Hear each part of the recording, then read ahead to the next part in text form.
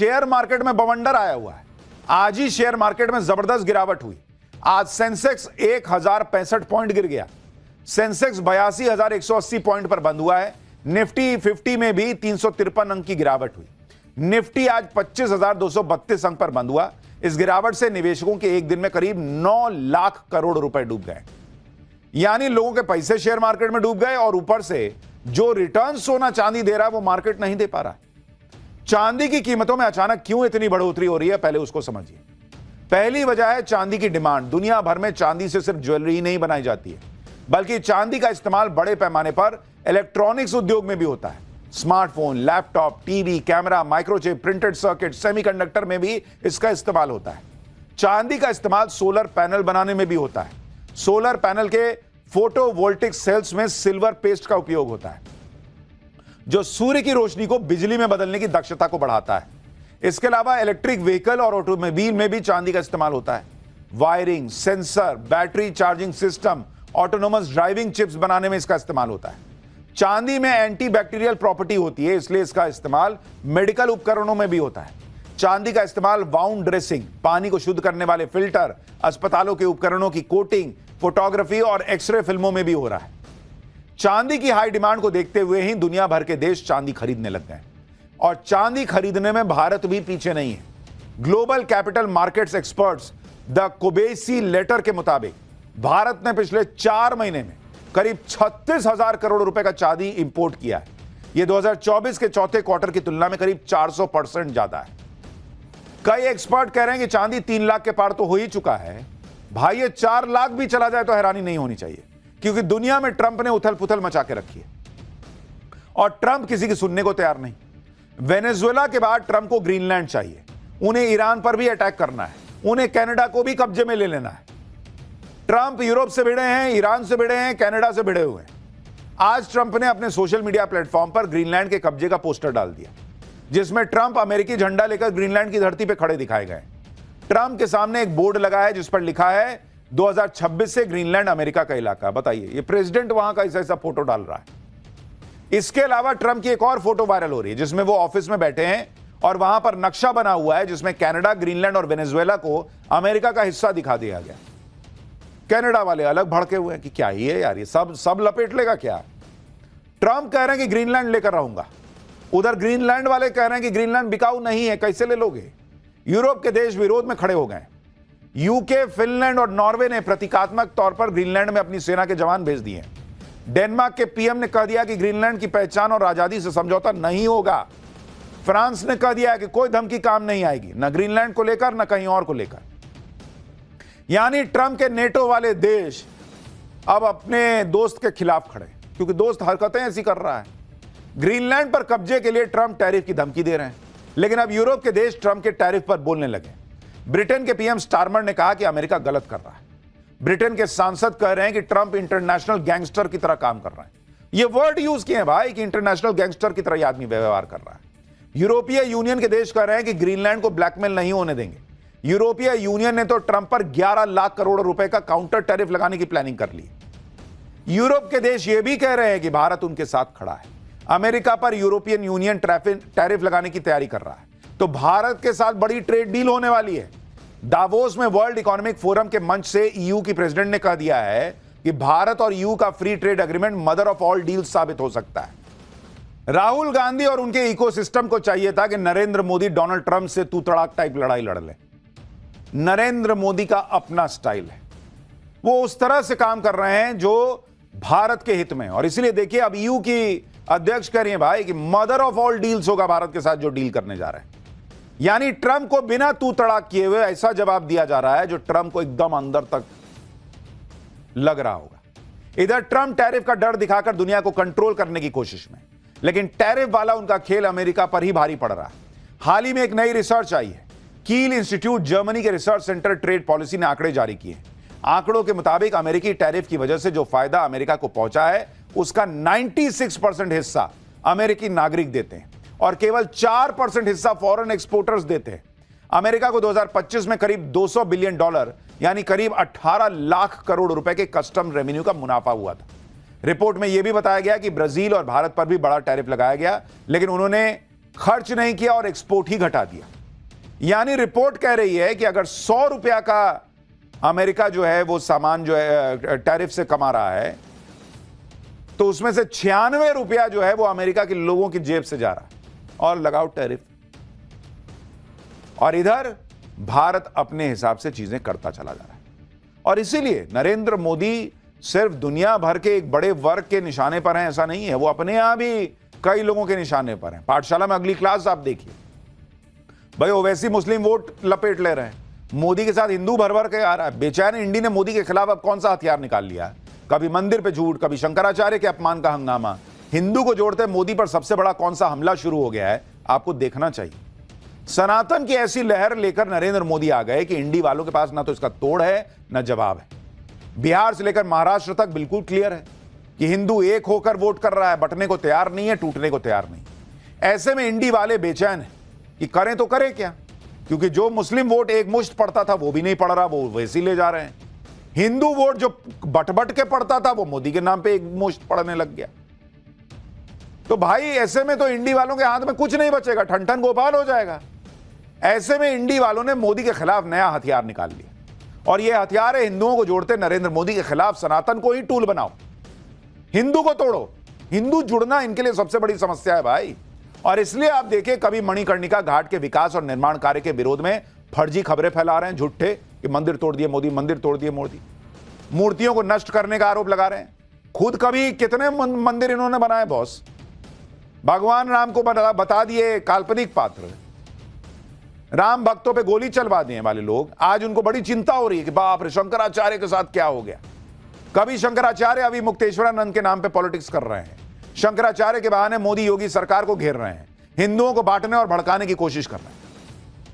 इसके अलावा जो सनातन और हिंदू एकता की बात करते हैं उन पर भी इंडी गठबंधन वाले हमला कर रहे हैं।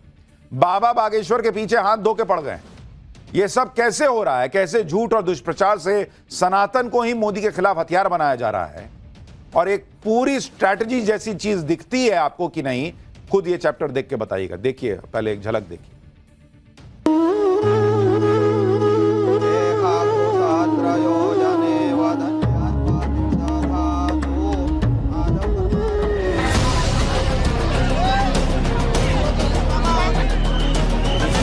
कोई मुख्यमंत्री तय करेगा कि वो शंकराचार्य हैं या नहीं है। आप हैं कौन? आपकी औकात क्या है? ये कौन है धीरेन्द्र? अब चोरों चक्का को कथावाचक बना रहे हो। लकड़ी माफिया से लेकर के कफन माफिया तक जो इस धंधे में है,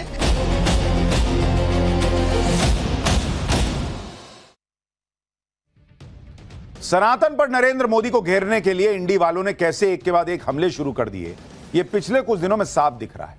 चाहे बात शंकराचार्य के विवाद की हो, चाहे वाराणसी के मणिकर्णिका घाट के रेनोवेशन की हो, इंडी गठबंधन कह रहा है कि मोदी सरकार मणिकर्णिका घाट तोड़ रही, वाराणसी की विरासत और सभ्यता को खत्म कर रही, मंदिर और मूर्तियां तोड़ी जा रही हैं, टूटी हुई मूर्तियों और मंदिरों की तस्वीरें शेयर की जा रही हैं। और इसका असर यह हुआ कि वाराणसी में लोगों ने प्रोटेस्ट भी कर दिए। लेकिन जो तस्वीरें शेयर करके इस तरह के आरोप लगाए जा रहे हैं उसमें कई तो फेक साबित हुए कि भाई मंदिर टूटा ही नहीं है। एआई की मदद से झूठे तस्वीर बना के हिंदुओं को भड़का रहे हैं। कल ही हमने आपको बता दिया था कि जिस मंदिर के टूटने की बात की जा रही है वो सही सलामत है, फोटो में देख लीजिए। इसी तरह से यह आरोप लगा रहे हैं कि मंदिर और अस्पताल को तोड़कर होटल बना दिया गया है। ये तस्वीरें वायरल की जा रही हैं, जबकि यह सच्चाई से कोसों दूर की बात है। दरअसल वाराणसी के राम घाट पर मेहता अस्पताल था जो 2019 तक पूरी तरह से बंद हो चुका था। उसके बाद अस्पताल की जगह पर एक शानदार होटल बना। मंदिर तो वहां था ही नहीं। यह होटल पिछले ही साल शुरू हुआ था और इसका काम काफी पहले शुरू हो गया था। ना तो यह होटल मंदिर तोड़ के बना है, ना ही अस्पताल तोड़ के बना है। लेकिन सोशल मीडिया पर यह फैलाया जा रहा है कि मंदिरों के साथ अस्पतालों को भी तोड़ा जा रहा है। देखिए बॉस, यह बात सही है कि मणिकर्णिका घाट पर निर्माण काम तो चल रहा है, लेकिन जो भी विकास कार्य हो रहा है वो जलासेन घाट पर हो रहा है जहां पर चिताएं जलाई जाती। लेकिन राजनीति ऐसी हो रही है जैसे पूरा मणिकर्णिका घाट तोड़ दिया गया हो, सारे मंदिर मूर्तियां नष्ट कर दी गई। अब बवाल काट कौन रहे हैं? जिन्होंने बनारस में कितने मंदिर बनवाए, उन मंदिरों के बारे में कभी सोचा क्या? जिन्होंने काशी विश्वनाथ कॉरिडोर बनाने के बारे में कभी सोचा क्या? जिन्होंने महाकाल कॉरिडोर बनाने के बारे में कभी सोचा क्या? जो पूरे समय खड़े रहे कि कैसे बाबरी मस्जिद जो है उसका केस लड़ा जाए और बता दिया जाए कि भगवान राम जो है वो काल्पनिक हैं। आज ऐसा इकोसिस्टम एक्टिव हो रखा है कि बाप रे बाप, मंदिर टूट गया, मूर्ति टूट गई, और वो भी फर्जी वीडियो डालकर। इन सारे आरोपों के बीच संत समिति के महामंत्री स्वामी जितेंद्रानंद सरस्वती ने मणिकर्णिका घाट का दौरा किया, और इस दौरे के बाद जितेंद्रानंद सरस्वती ने कहा कि विकास कार्य से जिन लोगों को तकलीफ हो वो इसका विरोध कर रहे हैं। लकड़ी माफिया से लेकर कफन माफिया तक ने घाटों पे कब्जा कर रखा है और उनको तकलीफ हो रही है। आप बताइए ना कि लकड़ी के माफिया कौन है उन घाटों पर, इससे किसको नुकसान होने वाला है? इन विकसित हो जाने से चिताओं को जलाने के लिए बड़ी मात्रा में धन मांगने वाले लोग कौन है?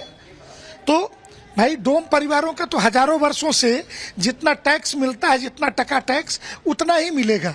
परंतु ये लकड़ी माफिया से लेकर के कफन माफिया तक जो इस धंधे में है, ये इनका उद्योग प्रभावित हो रहा था। तो स्वाभाविक है कि उनके पीछे कोई न कोई राजनीतिक ताकत लगेगी और वो इसका विरोध करेंगे। मणिकर्णिका घाट को लेकर राजनीति अभी भी जारी है। पूरी कोशिश है कि किसी तरह से हिंदुओं के अंदर यह भ्रम पैदा कर दो कि मोदी हिंदू विरोधी काम कर रहे हैं। आप देखिए, इसी तरह से प्रयागराज में शंकराचार्य अभिमुक्तेश्वरानंद सरस्वती को लेकर विवाद हो गया। इस पर कांग्रेस और अखिलेश यादव जमकर पॉलिटिक्स कर रहे हैं। शंकराचार्य को मौनी अमावस्या के स्नान में प्रशासन ने पैदल जाने के लिए कह दिया कि 50 मीटर पैदल चले जाइए। शंकराचार्य पालकी और रथ में सवार होकर जा रहे थे। इसी मुद्दे पर विवाद बढ़ गया। मेला प्रशासन ने जब शंकराचार्य की बात नहीं मानी तो शंकराचार्य बिना स्नान किए वापस चले गए। इस मुद्दे को अखिलेश यादव से लेकर कांग्रेस उठा लिए। अखिलेश यादव ने तो शंकराचार्य अभिमुक्तेश्वरानंद से फोन पर बात की और मेला प्रशासन की आलोचना करने के साथ साथ यूपी सरकार को खरी खोटी सुना दी। वहीं कांग्रेस भी शंकराचार्य के मुद्दे पर बीजेपी को क्या क्या कर रही है, एक बार सुन लीजिए, फिर सच्चाई बताता हूं। ये निर्लज्ज भाजपाई अब तक तो मुसलमानों को कहते थे कागज दिखाओ, अब हिंदुओं के जो संत शिरोमणि हैं उनसे कहते हैं कागज दिखाओ। शंकराचार्य जो सनातन के सिरमौर माने जाते हैं, होते हैं, कोई डीएम तय करेगा, प्रशासन तय करेगा, कोई मुख्यमंत्री तय करेगा कि वो शंकराचार्य हैं या नहीं है? आप हैं कौन? आपकी औकात क्या है? शंकराचार्य अभिमुक्तेश्वरानंद आज अखिलेश यादव से बात कर रहे हैं, जबकि अखिलेश यादव के मुख्यमंत्री रहते शंकराचार्य अभिमुक्तेश्वरानंद की पुलिस ने लाठियों से पिटाई की थी। यह साल 2015 की तस्वीर है, जो अभिमुक्तेश्वरानंद जी 50 मीटर उतरकर नहीं जा पाए स्नान करने, वो पैदल भी चले थे और लाठी भी खाए थे। आज वही अखिलेश शंकराचार्य के बहाने पॉलिटिक्स चमका रहे हैं। माघ मेला में शंकराचार्य को लेकर जो विवाद हुआ है, वो पूरा मामला क्या है वो बताऊं उससे पहले ये तस्वीरें देखिए। पवन खेड़ा कहां थे किसी को पता नहीं था, आज औकात की बात कर रहे हैं। उस वक्त लाठी पड़ी थी, तब कहां गायब थे? और पूरा मामला समझ लीजिए हुआ क्या है। वहां मौनी अमावस्या पर शंकराचार्य अपने काफिले के साथ संगम स्नान के लिए निकले, पालकी पे बैठे हुए थे। प्रशासन ने उनसे कहा कि संगम नोज अपने वाहन पर नहीं जा सकते क्योंकि संकरा इलाका बहुत भीड़ है, लेकिन शंकराचार्य पालकी पर ही संगम तक जाने पर अड़ गए। इस दौरान अधिकारियों और शंकराचार्य के भक्तों के बीच झड़प भी हुई। अधिकारियों ने शंकराचार्य से विनती की, कहा कि आप पैदल संगम नोज चले जाइए ना भाई, बस सामने तो है। लेकिन शंकराचार्य इस पर भी नहीं माने और जहां तक शंकराचार्य अपने वाहन पर सवार होकर पहुंचे थे, वहां से संगम नोज की दूरी बहुत ज्यादा नहीं थी। लेकिन शंकराचार्य पैदल जाने को तैयार ही नहीं हुए बॉस, और उसी के बाद यह पूरा मामला बढ़ गया। सुनिए प्रयागराज की कमिश्नर सौम्या अग्रवाल क्या बता रही।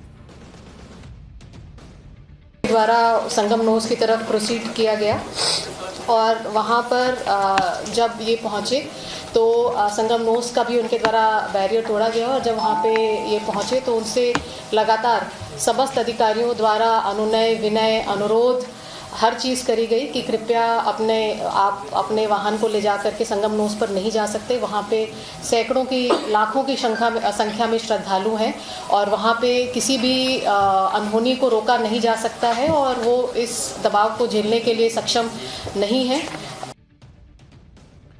यानी विनती की गई उनसे, लेकिन मानने को तैयार नहीं। अच्छा, आप वाहन पे जा रहे हैं, कल को वहां उतनी भीड़ रहेगी नोज पर, धक्का मुक्की हो गई, भगदड़ हो गई, कुछ भी हो गया, शंकराचार्य ऊपर से नहीं गिर जाएंगे, उनको चोट नहीं लगेगी। लेकिन नहीं, जाऊंगा तो इसी पे जाऊंगा। शंकराचार्य अभिमुक्तेश्वरानंद इस बात से भी भड़के हुए हैं कि माघ मेला प्रशासन ने अभिमुक्तेश्वरानंद को शंकराचार्य मानने से इनकार कर दिया। मेला प्रशासन ने सुप्रीम कोर्ट के फैसले का हवाला देते हुए कहा था कि सुप्रीम कोर्ट ने विचाराधीन